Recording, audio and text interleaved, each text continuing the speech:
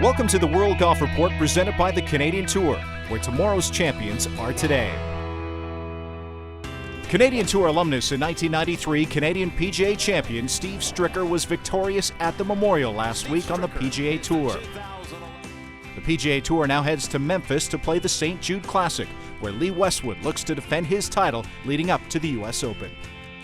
The European Tour heads to Turin, Italy for the BMW Italian Open.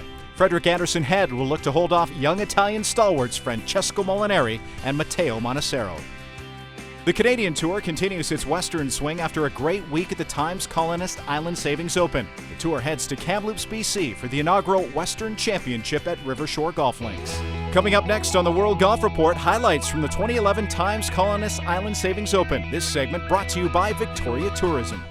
Victoria, BC boasts a stunning natural landscape and is steeped in a culture that has preserved and nurtured the best of its history without being stuck in the past. It's a place where laid-back modernism of the West Coast blends with time-honored British, European, and Asian traditions.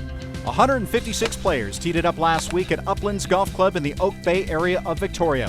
Jose de Jesus Rodriguez of Mexico won for the second consecutive week, edging Tour rookie Wes Homan of Cincinnati, who finished in front of three-time Tour winner Dustin Risden of Strathmore, Alberta.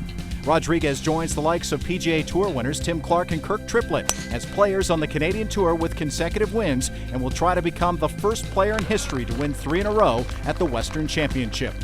Check out next week's edition of the World Golf Report for highlights from Kamloops. And for live scoring and more details, visit cantour.com. This segment of the World Golf Report is brought to you by Victoria Tourism. Visit tourismvictoria.com. The World Golf Report is brought to you by the Canadian Tour. Follow us on Twitter @CanTour.